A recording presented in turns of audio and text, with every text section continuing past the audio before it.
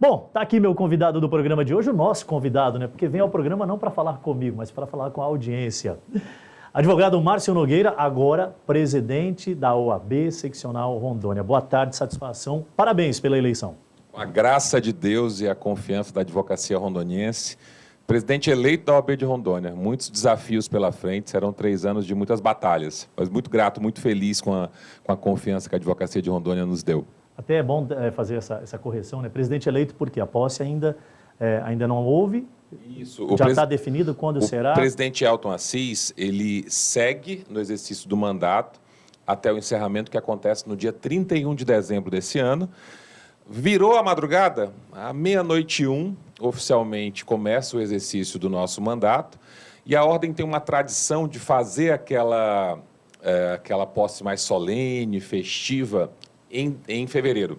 Porque em Brasília, o novo presidente é eleito na primeira sessão do Conselho, que acontece no começo de fevereiro. Uma vez que ele é eleito, aí nós fazemos um calendário nacional para que ele possa estar presente em todas as posses do Brasil. Mas no exercício do mandato, se Deus quiser, estaria a partir de 1º de janeiro. Então, deixando bem claro, hoje o Márcio Nogueira é o presidente eleito da OAB Seccional Rondônia. O Elton Assis permanece presidente até 31 de dezembro, à meia-noite. A partir da meia-noite já começa a gestão do senhor. E em fevereiro, posteriormente à eleição da OAB Nacional, aí faz-se o ato, aquela cerimônia e tudo mais. Aquela cerimônia solene, onde toda a advocacia comparece, as autoridades comparecem e a advocacia festeja a força que tem a OAB. Mas quanto tempo de trabalho, de campanha?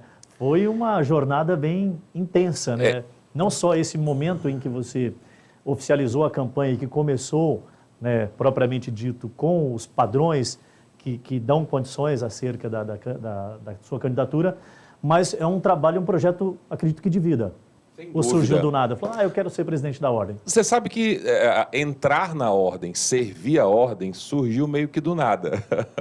À época lá, o Andrei Cavalcante, com 36 anos, teve a ousadia de colocar o seu nome à disposição em 2012.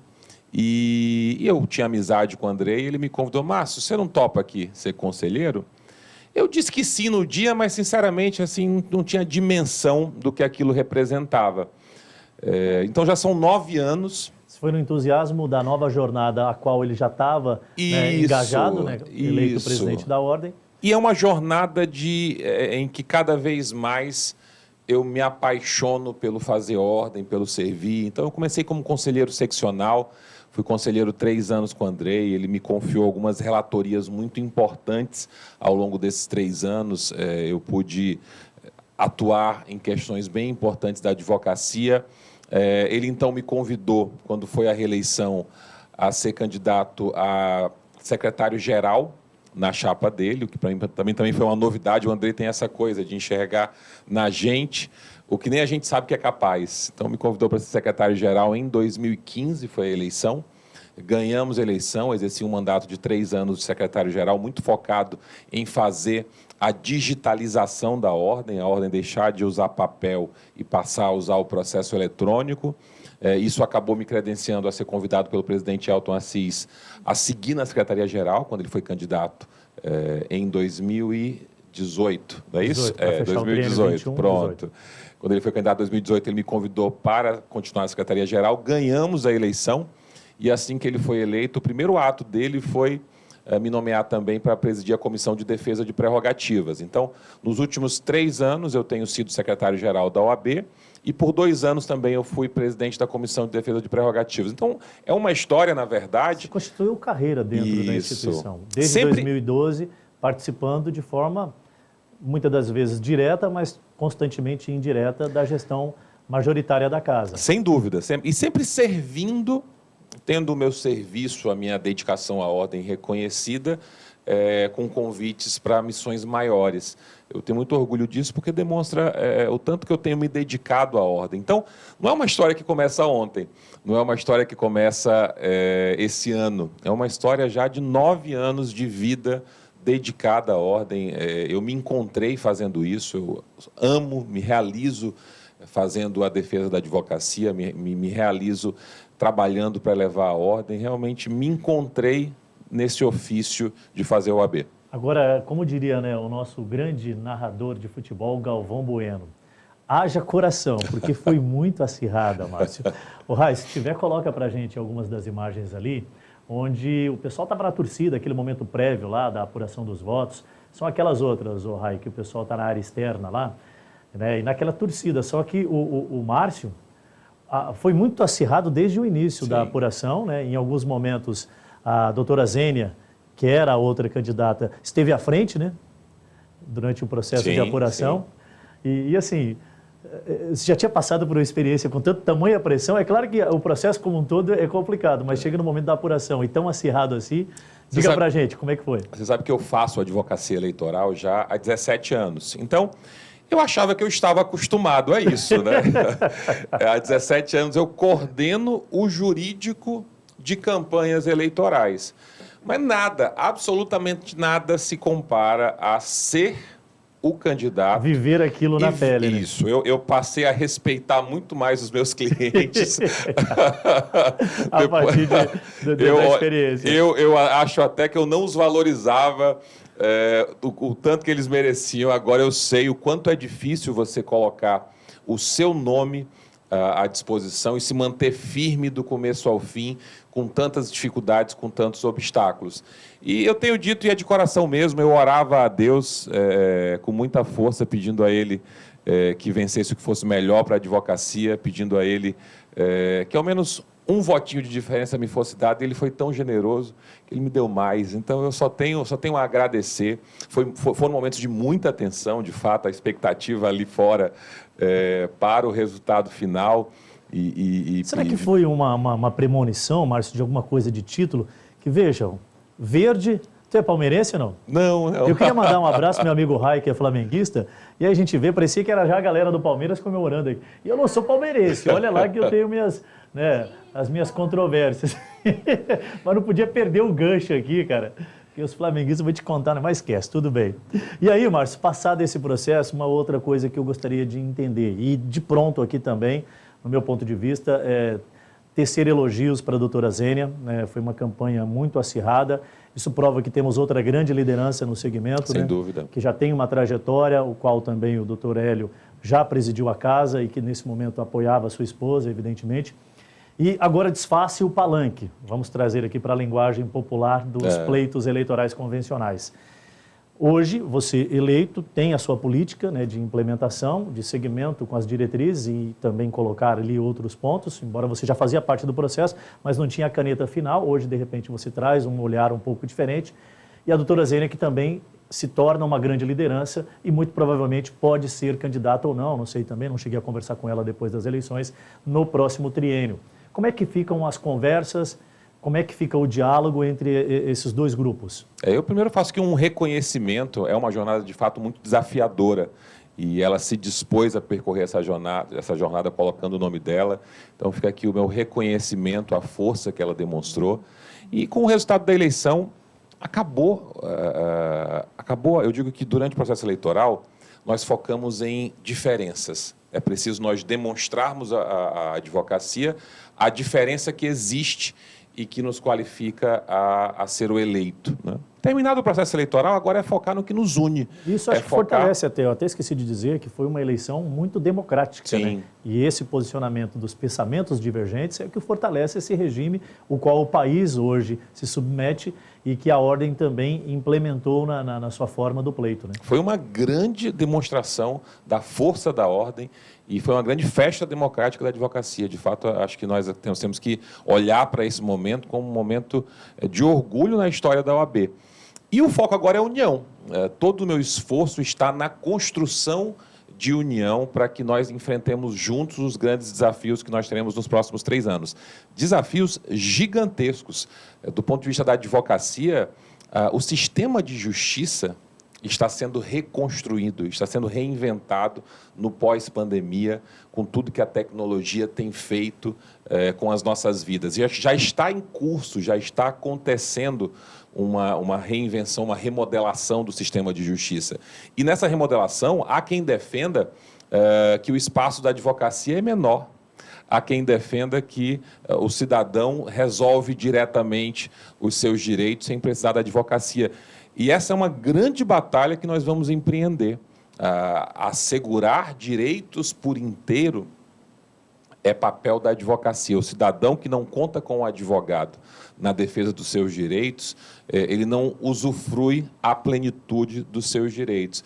Para fazer essa batalha, para assegurar esse espaço da advocacia no novo espaço, esse sistema de justiça que tem sido remodelado, a gente precisa estar junto, precisa da advocacia toda muito unida para enfrentar esse desafio e tantos outros. Sim, então, Márcio, mas o foco é a união. E é um caminho sem volta essa questão da implementação da tecnologia, do virtual, até porque nós temos números que apontam que a justiça brasileira teve avanços no período pandêmico pelos métodos que foram utilizados para dar sequência aos atendimentos, né? Então, aqui tudo indica, isso é um modelo que pode ser aprimorado cada vez mais e fazer com que a justiça tenha celeridade também no processo. E esse, como você mesmo acabou de dizer, é um dos grandes desafios, né? Como fazer isso valorizando a categoria, como fazer isso demonstrando para a categoria que ela pode mais ainda com esse novo advento tecnológico sendo implementado. Dr. Márcio Nogueira, presidente eleito da OAB Seccional Rondônia, conversando conosco aqui acerca das suas perspectivas neste próximo triênio, que começa no primeiro minuto de 2022, né? E agora ele vai se organizando e montando o seu time. Eu gostaria de saber, já está tudo pronto? Como é que se dá o pleito de um presidente de uma ordem? O que se difere do prefeito, por exemplo, né? Que ele vai montando os seus secretariados depois de eleito, até antes mesmo. Como é composta essa mesa? E o que você pensa nesses próximos 3 anos? Você sabe que na eleição da ordem não se vota no presidente, se vota numa chapa. Então, nós já temos um time formado de conselheiros seccionais que funciona como se fosse assim o nosso parlamento, a nossa Câmara de Vereadores. Nós temos um time de diretores, que é a diretoria executiva, quem no dia a dia toca a rotina da ordem. Nós temos os nossos representantes em Brasília, que são os conselheiros federais. Todos eles foram votados nessa chapa junto comigo. Agora, tem outras posições que nós estamos conversando muito para decidir. É uma coisa que eu tenho clareza, é que eu não sou dono da verdade, não sei tudo, e que para construir uma ordem na qual a advocacia se enxergue, isso para mim é muito importante, que a advocacia de Rondônia se veja na OAB que nós vamos fazer nos próximos 3 anos, eu preciso ouvir muito. Então, eu estou agora num processo de dialogar. Tenho algumas ideias que eu estou validando, mas estou construindo coletivamente as posições que não estavam na chapa, como ESA, TED, há uma série de braços da ordem que nós definiremos logo no começo do mandato, e para definir tem que ouvir, tem que conversar, tem que sentir a temperatura, e sempre com esse foco, uma advocacia unida. É a união que nos trará a vitória nos grandes desafios que nós temos nos próximos 3 anos. Márcio, unida e aberta cada vez mais para a sociedade, eu até fiz uma observação quando você chegou. Olha, o presidente da casa mais importante, pode-se dizer assim, da área privada, da jurídica de um estado e do país, a OAB, tem a sua formalidade, evidentemente, isso deve ser mantido, mas eu vejo que você vem ao programa de uma forma mais leve. Né? É uma forma de dizer assim para a sociedade, olha, essa casa é uma casa que também é aberta para a sociedade em geral. Sem dúvida. É um dos caminhos? A pandemia nos fez fechar as portas. Nós acabamos nos fechando e nos afastando do dia a dia por conta dessa loucura que foi viver a pandemia. Nesse momento em que a vida vai retomando a normalidade, eu sou muito otimista, eu prefiro nem ler as notícias novas aí sobre a nova cepa. Eu acredito que é preciso que a ordem não só abra as portas, com um recado claro de que as portas dela estão abertas para a advocacia e para a sociedade. E eu quero muito fazer uma ordem também de rua, uma ordem de rua no sentido de fazer a ordem presente no dia a dia da advocacia, de fazer a ordem presente no diálogo institucional com o Poder Judiciário, com o Poder Executivo, com o Poder Legislativo. Eu quero rodar esse estado inteiro de novo, já rodei umas 10 vezes na campanha, mas quero rodar com muita calma, com muita tranquilidade, passar por cada cidade onde tem sede da OAB, visitar todos os poderes daquela cidade para criar, eu quero muito fomentar um ambiente de cooperação, nós precisamos cooperar nessa nova realidade. A ordem tem um papel muito importante nela, porque a advocacia enxerga na ordem e a sociedade enxerga na ordem a sua voz independente, a sua voz que não tem partido político, a sua voz que não pende para o lado de lá e nem para o lado de cá.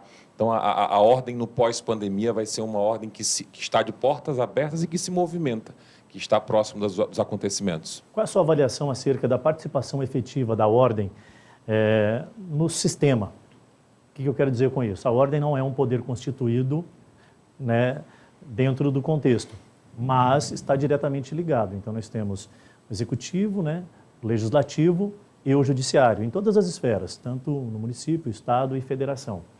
Qual é a avaliação que o presidente eleito faz? Como deve ser o posicionamento dele? E aí, como sendo também uma instituição que representa o povo, né? Sem dúvida. E que deve se debruçar em cima daquele nosso livrinho chamado Constituição. Deve ser uma ordem mais participativa dentro do contexto, no sentido de colaborar com as decisões de todas as esferas? Eu fiz um compromisso de campanha, e assim nós vamos nos pautar, que é assegurar que a ordem não ocupará nenhum espaço na política partidária. Onde houver discussão político-partidária, tenha a certeza que não haverá a ordem lá se posicionando, se colocando. A força da ordem já está exatamente na independência dela. Agora, nós queremos sim fazer uma ordem que se coloca presente com a força que tem nos grandes temas da coletividade.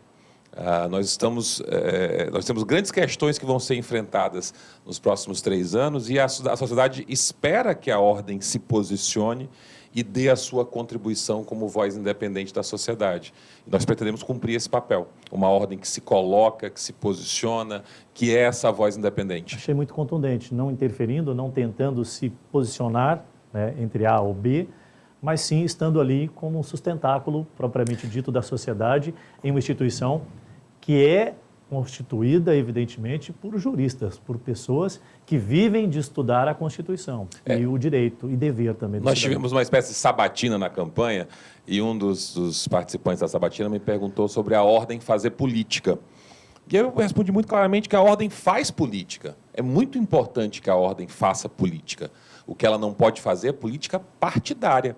Mas há grandes temas da sociedade sobre os quais é importante que a ordem se posicione. Todo cidadão tem que se posicionar politicamente, mesmo que seja dentro de casa, na família, tem a forma política de se... Sem dúvida. De fazer a gestão, né? E veja conduzir. que a ordem também tem algumas possibilidades que só ela é a única entidade de classe que tem. Nós podemos arguir inconstitucionalidade de normas, nós podemos ingressar com ação civil pública na defesa da coletividade. Então, há instrumentos que o sistema normativo nos assegura para que nós cumpramos esse papel de ser a voz independente da sociedade. E nós faremos uso se necessário. Perfeito. Já que o senhor falou em sabatina, eu queria pegar a opinião, porque exatamente hoje deve estar acontecendo a sabatina do provável novo ministro da nossa Suprema Corte, lá em Brasília. E foi um fato que chamou muita atenção a forma com que a Comissão de Constituição e Justiça do Senado tocou esse caso, né? Se debruçando em cima de uma indicação e de um assunto tão importante quanto termos a composição completa da nossa Suprema Corte. Porque aqui tudo indica, em caso de empate, o réu tem sempre, né, o ganho de causa. Assim era até pouco tempo. Isso, houve uma manifestação recentemente, inclusive de um dos Supremos e tal, mas ficou muito aquilo, né? Eu queria saber do senhor, né? Eu acho que isso é um caso que também instituições como a Ordem dos Advogados não é uma questão de interferir, mas chamar para discussão. Acho que a sociedade tem que ter mais conhecimento acerca desses pontos que acontecem, porque isso cria instabilidade jurídica. Sem dúvida. Um país como o Brasil, 210 milhões de habitantes, com um potencial econômico gigante que se tem. Aí você tem a sua maior corte jurídica com a sua composição incompleta, isso gera um desconforto e uma insegurança. Como é que o investidor, né, vai trazer recursos, vai fazer investimentos a um prazo específico em uma nação que está desguarnecida, pode-se dizer assim, neste âmbito? Isso é um ponto delicado, né? É delicado, mas, olha, no Brasil, eu sinceramente desconheço outra sabatina que tenha demorado tanto tempo. É incomum, nós não estamos habituados a uma sabatina que demora tanto tempo para ser marcada. Agora, lá fora, vou citar aqui um episódio nos Estados Unidos, quando, no final do mandato do Obama, quando o Trump já tinha sido eleito, mas não tinha sido empossado ainda. Que ele tinha indicação a ser feita, né? Morreu Lá nos Estados Unidos, eles são vitalícios. Aqui no Brasil, eles se aposentam compulsoriamente aos 75 anos. Está sendo discutido, eu quero a sua opinião também. Perfeito. Lá tem ministro da Suprema Corte que passa dos 90, porque é da tradição deles, é da regra deles, que só sai quando morre ou quando quer. E lá teve esse episódio em que o presidente era o Obama, mas já sabia quem era o presidente eleito, e só não tinha sido empossado ainda, e faleceu o Scalia, que era o Antonin Scalia, que era um ministro da Suprema Corte americana. Lá é interessante que eles nem chamam de ministro, eles chamam de justiça. Ele personifica a justiça. E o Senado fez o mesmo. O Senado disse, não, o presidente Obama já não tem mais legitimidade, porque já está terminando o mandato dele. Nós temos um presidente eleito e vamos esperar que o presidente eleito assuma para que ele faça a indicação, e assim foi. Veja que o Senado não levou adiante. É um caso muito parecido com o Brasil. Mas tem uma ressalva bem grande, né, Márcio? Lá, exatamente, estava se findando o mandato, tem uma argumentação. Não vou dizer que seja justificável ou não, embora eu também não concorde, mas tinha uma justificativa. Aqui no Brasil, esse caso especificamente, longe disso, né? O presidente eleito ainda tem um ano, quando foi indicado, tinha 1 ano e meio de mandato ainda a ser seguido. O presidente ainda conseguiu, o brasileiro ainda conseguiu sabatinar o candidato dele. O Obama nem conseguiu. o Trump indicou um outro que virou ministro da Suprema Corte americana. Mas é um exemplo negativo. Acho que não é legal a gente ter um ponto negativo equiparado a uma coisa que nós não concordamos, pelo menos a grande maioria. E é claro que é evidente, eu gostaria de um posicionamento acerca, né? O senhor acha que realmente isso foi uma medida coerente? Ou que poderia ter um olhar mais... Aí eu estou dizendo, se tem a condição, porque o Alcolumbre só fez isso porque tinha determinada condição, senão tinha sido obrigado à sabatina. Mas eu acho que chegou o momento do Senado também rever ali as medidas, acho que são corporis que fala, né, internas. Interna corporis. Interna corporis, para que se tenha prazo específico, porque isso pode comprometer uma nação, né? Mas veja que do final da história, houve um consenso de que ele poderia sim travar, tanto que ele travou. Então, criou-se aí um consenso de que o parlamento pode. Então, mas é hora de discutir se essa. Aí seria criar uma regra. Isso, exatamente. Trazer para a discussão, né? O que está dando errado que tem que ser mexido, né? Talvez seja esse ponto. Isso, aí criar uma regra que estabelece não se ele um prazo. Tinha direito ou não de fazer. A questão eu acho que tem que se implementar isso e rever, né? Para que não dê condição. Era algo tão inédito no Brasil que ninguém sabia o que fazer. Ninguém sabia o que fazer. Mas me parece que no final temos aí uma compreensão de que o parlamento pode travar sim. E essa discussão se seria o caso de elaborar uma regra que estabeleça um prazo limite. A casa tem que ficar de olhar atento a essa questão. E o ano que vem tem eleições e aí a população também tem que começar a avaliar quem que eles vão colocar lá dentro do Senado, dentro da Câmara dos Deputados e tudo mais. Márcio, nosso papo está encerrando, faltam 7 minutos para 13h. A gente precisaria ter bem mais do que esses minutos que nos deram aqui para a gente conversar sobre esses pontos. Mas eu não posso deixar de perguntar aqui do presidente eleito da Ordem aqui, o que você acha dessa medida que querem derrubar a PEC da Bengala, né? Porque foi institucionalizado há um determinado tempo que os ministros teriam que se aposentar compulsoriamente, era 70, se eu não estou enganado. Isso, exatamente. Foi a 75. Isso. E agora, com uma série de discussões que vêm sendo levantadas acerca das interpretações dadas na Suprema Corte, passou, inclusive, na Comissão de Constituição e Justiça da Câmara dos Deputados e vai agora a plenário se derruba ou não essa PEC para voltar aos 70. O que você avalia sobre isso? Eu acredito que, ao se aplicar a PEC da Bengala para quem estava no assento, se criou um precedente que precisa ser respeitado.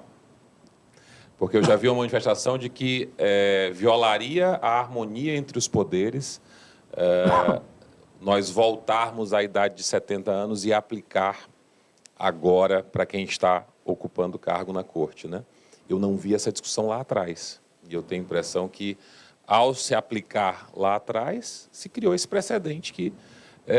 Mas independente de precedente ou não, a opinião do presidente... Não, mas é isso, exatamente. O meu ponto contigo se quem tinha 70 anos foi aos 75, em razão da PEC da Bengala... Todos que tinham 70 deveriam ter essa prerrogativa. E agora, em que se discute reduzir a idade, eu não vejo argumento para não se aplicar a mesma lógica.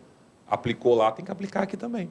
Perfeito. Márcio Nogueira, presidente eleito da OAB, Seccional Rondônia. Mais uma vez, eu parabenizo pelo pleito, parabenizo a campanha que ambos fizeram, né, o doutor Márcio, também a doutora Zênia. E como o próprio doutor Márcio já disse aqui no programa, agora são palanques desfeitos, né, tem que se haver uma harmonia, uma união, que haja oposição saudável, que venham críticas, né, Márcio? Claro. Porque com as críticas você consegue também corrigir muitos cursos que são dados eu estarei sempre na de forma escutativa para equivocadas ouvi-las. ou não, né? Mas que sejam críticas construtivas e que a sociedade como um todo, não só o grupo, o qual tem o principal objetivo, a ordem, que é justamente a classe de advogados, mas a sociedade como um todo tenha benefícios sobre esses posicionamentos. Um grande abraço, foi uma satisfação e parabéns. Obrigado, meu amigo. Sempre às ordens, viu? Márcio Nogueira, presidente eleito da OAB Seccional Rondônia. A partir de 1º de janeiro de 2022, no primeiro minuto, tomando posse, então, e aí colocando a sua identidade sobre a nova gestão.